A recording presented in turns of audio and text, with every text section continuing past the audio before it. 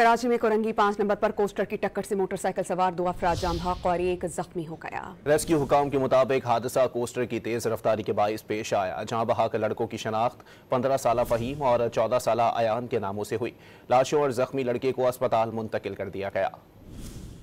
कराची में कोरंगी 5 नंबर पर कोस्टर की टक्कर से मोटरसाइकिल सवार 2 अफराद जाम बहक और 1 जख्मी हो गया। रेस्क्यू हुकाम के मुताबिक हादसा कोस्टर की तेज रफ्तारी के बाइस पेश आया, जहां बहक लड़कों की शनाख्त 15 साला फहीम और 14 साला अयान के नामों से हुई।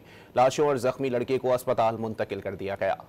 कराची में कोरंगी 5 नंबर पर कोस्टर की टक्कर से मोटरसाइकिल सवार 2 अफराद जाम बहक और 1 जख्मी हो गया। रेस्क्यू हुकाम के मुताबिक हादसा कोस्टर की तेज रफ्तारी के बाइस पेश आया, जहां बहक लड़कों की शनाख्त 15 साला फहीम और 14 साला अयान के नामों से हुई। लाशों और जख्मी लड़के को अस्पताल मुंतकिल कर दिया गया।